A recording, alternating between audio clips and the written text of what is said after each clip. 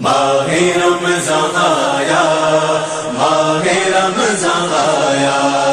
ماہ رمضان آیا، ماہ رمضان آیا۔ الحمد للہ رب العالمین والعاقبۃ للمتقین والصلاة والسلام علی رسولہ الکریم وعلی آلہ واصحابہ اجمعین۔ اللہم صل علی سیدنا و مولانا محمد وعلی آل سیدنا و مولانا محمد وبارک وسلم۔ مغز قرآن روح ایمان جان دیں، ہست حب رحمت للعالمین۔ معزز و محترم ناظرین کرام، السلام علیکم ورحمۃ اللہ وبرکاتہ۔ اللہ رب العزت کی توفیق اور عنایت، اس کے کروڑہ احسان، بہار رمضان کے عنوان سے معنون اس پروگرام کے 18ویں نشست میں آپ کی خدمت میں حاضر ہیں۔ آج کا دن وصال سیدنا عبداللہ رضی اللہ تعالی عنہ، حضور علیہ الصلاۃ والسلام کے والد محترم جناب عبداللہ رضی اللہ تعالی عنہ کا وصال 18 رمضان المبارک کو مدینہ منورہ میں ہوا۔ مختصراً ہم جناب عبداللہ رضی اللہ تعالیٰ عنہ کی زندگی پر روشنی ڈالتے ہوئے مختلف گوشوں کو ہائی لائٹ کرتے ہوئے بات کو آگے بڑھاتے ہیں۔ اگر ہم جناب عبد المطلب جو حضور نبی کریم صلی اللہ علیہ وآلہ وسلم کے دادا محترم ہیں، ان کی حیات سے ہم اگر شروع کریں تو جناب عبداللہ کی اہمیت اور جناب عبداللہ رضی اللہ تعالی عنہ کی بارگاہ خداوندی میں فضیلت نمایاں ہو سکتی ہے۔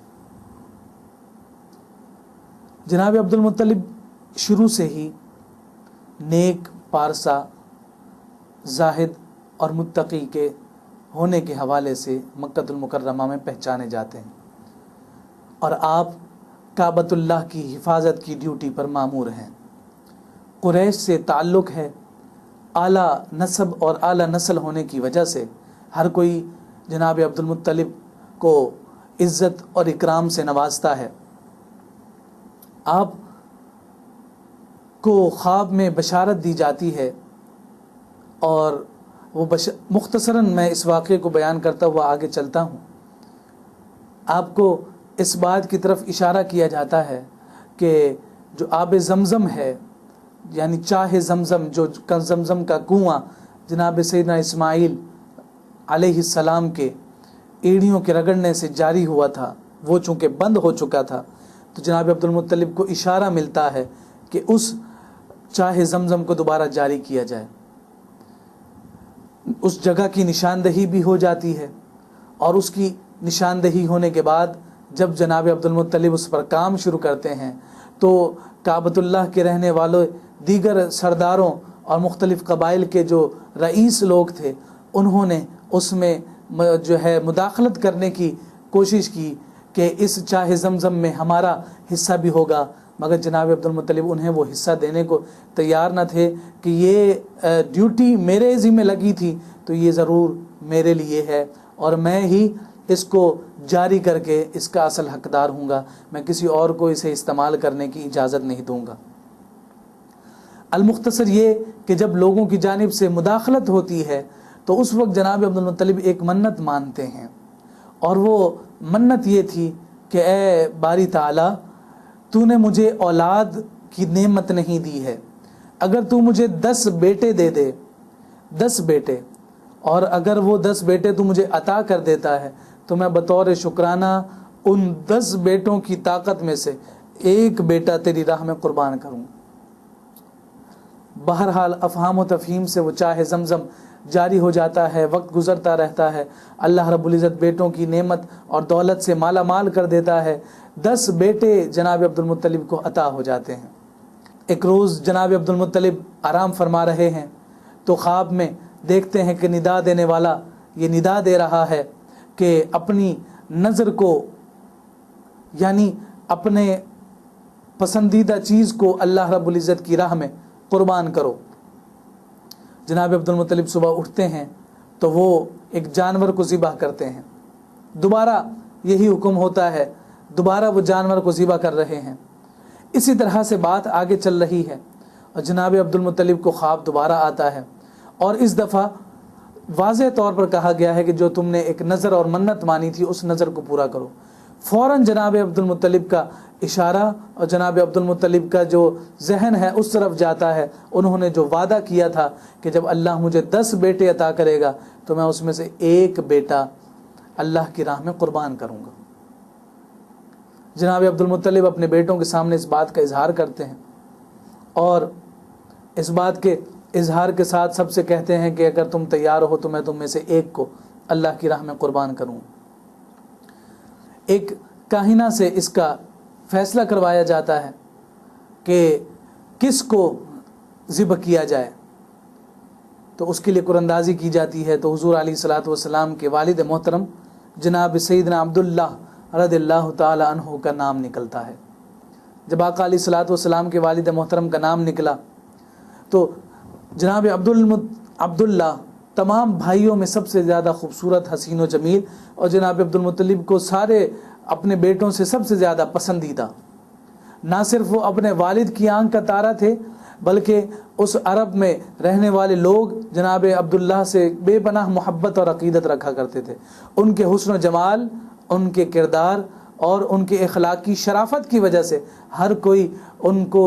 دیکھتے ہی ان کا دل نرم ہو جاتا تھا اور وہ جناب عبداللہ سے محبت کرنے لگ جاتے تھے۔ جب جناب عبد المطلب نے اپنے عزم کا اظہار لوگوں کے سامنے کیا تو انہوں نے دوبارہ مداخلت کی کہ نہیں، ہم آپ کو ہرگز ایسا نہیں کرنے دیں گے کہ آپ جناب عبداللہ کو اللہ کی راہ میں قربان کریں۔ لوگوں نے یہ مشورہ دیا کہ دیکھو کوئی اور رستہ اختیار کیا جائے، ہمیں یہ کوشش کرنی چاہیے کہ کوئی ایسی صورت نکل آئے کہ جس کے ذریعے سے آپ کی منت بھی پوری ہو جائے اور اللہ رب العزت جناب عبداللہ کی قربانی کو بھی قبول کر لیں اور ان کی جان کی امان بھی حاصل ہو جائے۔ فیصلہ ہوتا ہے ایک عورت کے پاس جو کہ علم قیاس اور علم قیافہ کی مشہور مانی جاتی ہے، اس کے پاس جایا جاتا ہے، سارا ماجرا بیان کیا جاتا ہے۔ وہ ایک حل دیتی ہے،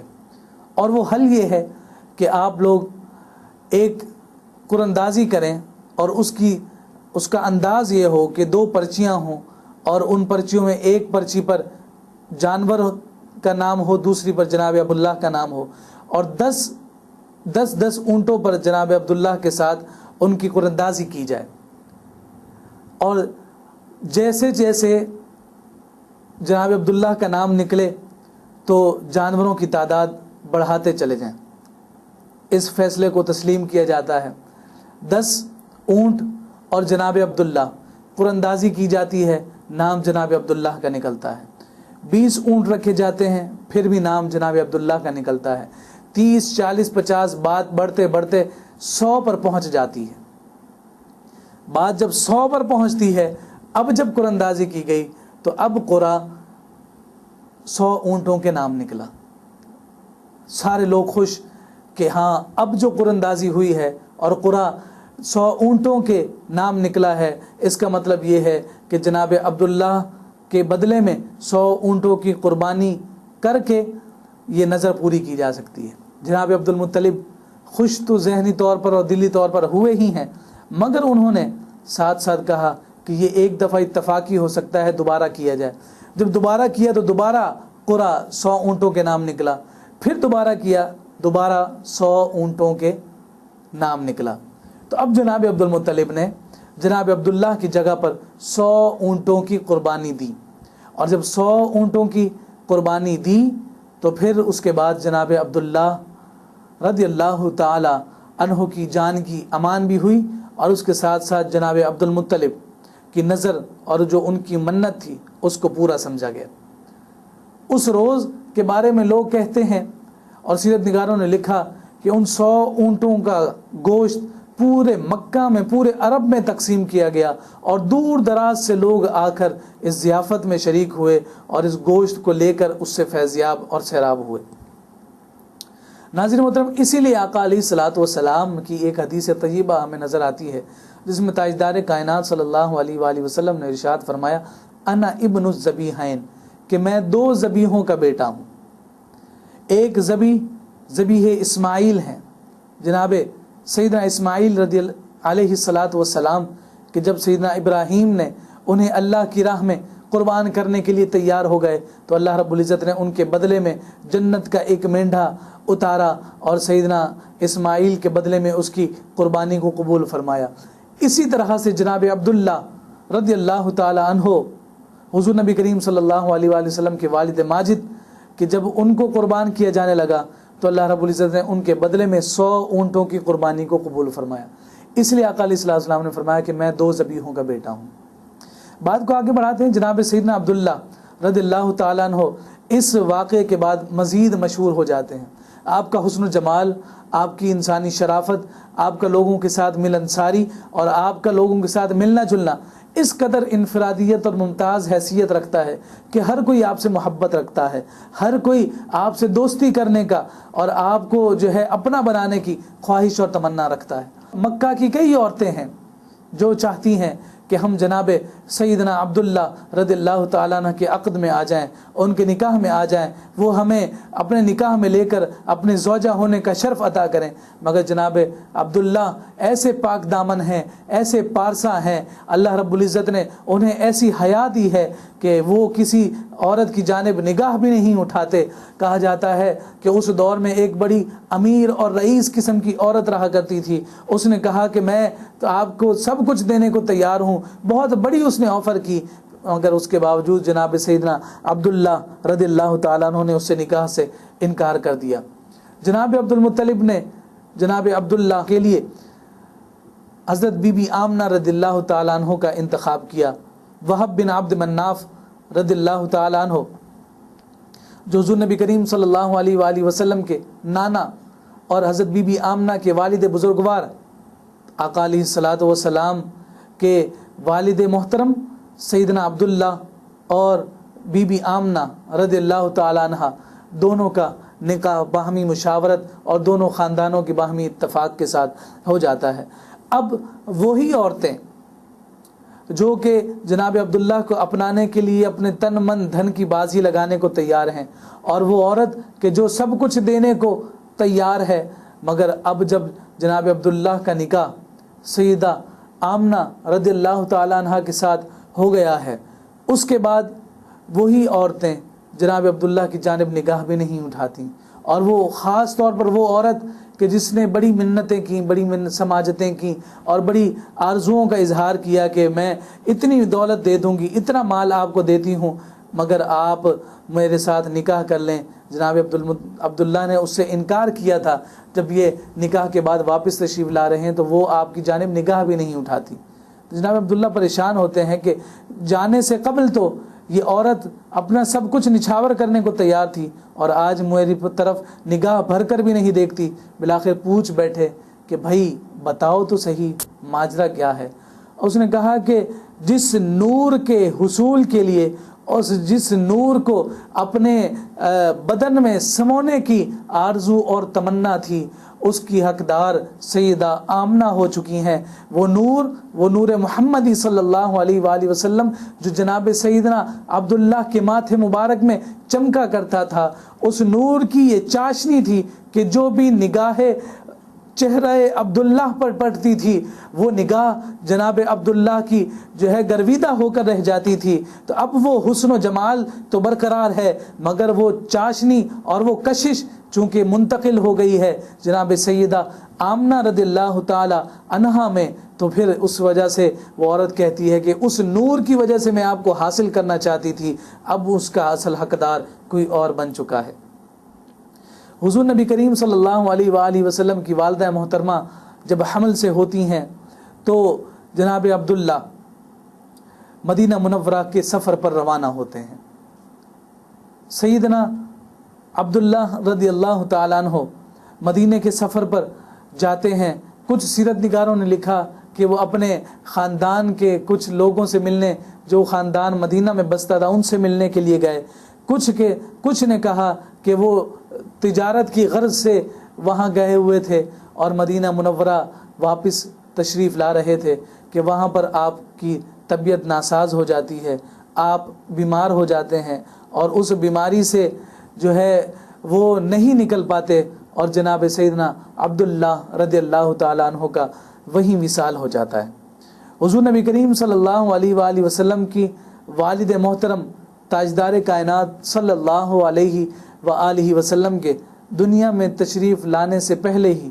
اس دنیا سے تشریف لے گئے تھے۔ آقا علیہ الصلوۃ والسلام یتیم پیدا ہوئے، آپ کے والد بزرگوار آپ کی ولادت سے قبل ہی اس دار فانی سے رخصت ہو گئے تھے، تو جناب عبد المطلب رضی اللہ تعالیٰ عنہ حضور علیہ الصلوۃ والسلام کے دادا محترم نے آقا علیہ الصلوۃ والسلام کو اپنی کفالت میں لے کر آپ کی پرورش کی، اور سیدہ آمنہ رضی اللہ تعالیٰ عنہ جو حضور علیہ الصلوۃ والسلام کی والدہ محترمہ ہیں، ان پر کیا بیتی ہوگی کہ وہ ابھی نئی نئی شادی ہوئی ہے اور شادی کو 2 سے 2.5 ماہ کا عرصہ گزرا ہے کہ ان کے شوہر سفر پر جاتے ہیں، واپس بھی نہیں آ سکتے، اور وہیں ان کا وصال ہو جاتا ہے، اور آقا کریم صلی اللہ علیہ وآلہ وسلم کے والد محترم جناب سیدنا عبداللہ رضی اللہ تعالیٰ عنہ مدینہ منورہ ہی میں مدفون ہو جاتے ہیں۔ ناظرین محترم، یہ ان تکالیف، یہ ان مشقتوں، یہ ان مصائب و آلام کا آغاز ہے کہ آقا علیہ الصلوۃ والسلام کی ولادت اس انداز میں ہو رہی ہے کہ حضور علیہ الصلوۃ والسلام کے والد محترم اس دنیا میں نہیں ہیں۔ حضور علیہ الصلوۃ والسلام کو تیار کیا جا رہا ہے اس بڑے معرکے کے لیے، اس بڑے محاذ کے لیے کہ جب ہر جانب سے تہمتیں بھی لگیں گی، ہر جانب سے نفرتوں کی جو ہے بارش بھی ہوگی، ہر ایک جانب سے پتھر بھی پھینکے جائیں گے، ہر ایک کی جانب سے مخالفت کا سامنا بھی کرنا پڑے گا۔ ان تمام چیزوں، ان تمام معرکوں، ان تمام محاذوں سے نبرد آزما ہونے کے لیے اور ان چیزوں سے مقابلہ کرنے کے لیے آپ کے اعصاب کو پختہ اور مضبوط بنانے کے لیے یہ سارا انتظام اور انصرام تھا، کہ جس کا آغاز اس بات سے ہوا کہ جناب سیدنا عبداللہ رضی اللہ تعالیٰ عنہ جو حضور علیہ الصلوۃ والسلام کے والد محترم ہیں، تاجدار کائنات صلی اللہ علیہ وآلہ وسلم کی ولادت باسعادت سے قبل ہی ان کا وصال ہو گیا۔ آپ رضی اللہ تعالیٰ عنہ جناب عبداللہ کی اگر ہم سیرت پر نگاہ ڈالیں تو سیرت نگاروں نے لکھا ہے کہ وہ اس زمانہ جاہلیت میں بھی، اور حضور علیہ الصلوۃ والسلام جس عرب کے اس معاشرے میں تشریف لائے تھے کہ جو اپنی جہالت کی وجہ سے پوری دنیا میں مشہور تھا، کہ جہاں پر ظلمت کے اندھیرے تھے، جہاں پر ہر طرف جو ہے ایک ظلم اور بربریت کا دورہ تھا، اس معاشرے میں بھی جناب سیدنا عبداللہ کا کردار، آپ کی شرافت ایک روشن مثال کے طور پر پیش کی جاتی تھی۔ لوگ ان کے کردار، ان کے افعال، ان کی سیرت کی مثالیں دیا کرتے تھے کہ دیکھو جناب عبد المطلب کا بیٹا سیدنا عبداللہ رضی اللہ تعالیٰ عنہ کس قدر ظاہری حسن و جمال کے ساتھ ساتھ باطنی اخلاق و کردار کا بھی ایسا پیکر ہے کہ ہمیں بھی اپنی اولادوں کو، ہماری اولادوں کو ایسا ہونا چاہیے۔ لوگ ان کی سیرت کا، ان کی کردار کی مثالیں دیا کرتے تھے۔ تو ظاہری سی بات ہے کہ جس نور کی برکت سے اللہ رب العزت نے ان کے کردار کو بے مثال کر دیا تھا، تو پھر اندازہ لگائیے کہ وہ خود نور، بنفس نفیس نور، کس قدر کردار، افعال اور اپنی سیرت کے اعتبار سے دنیا میں ممتاز اور مقام،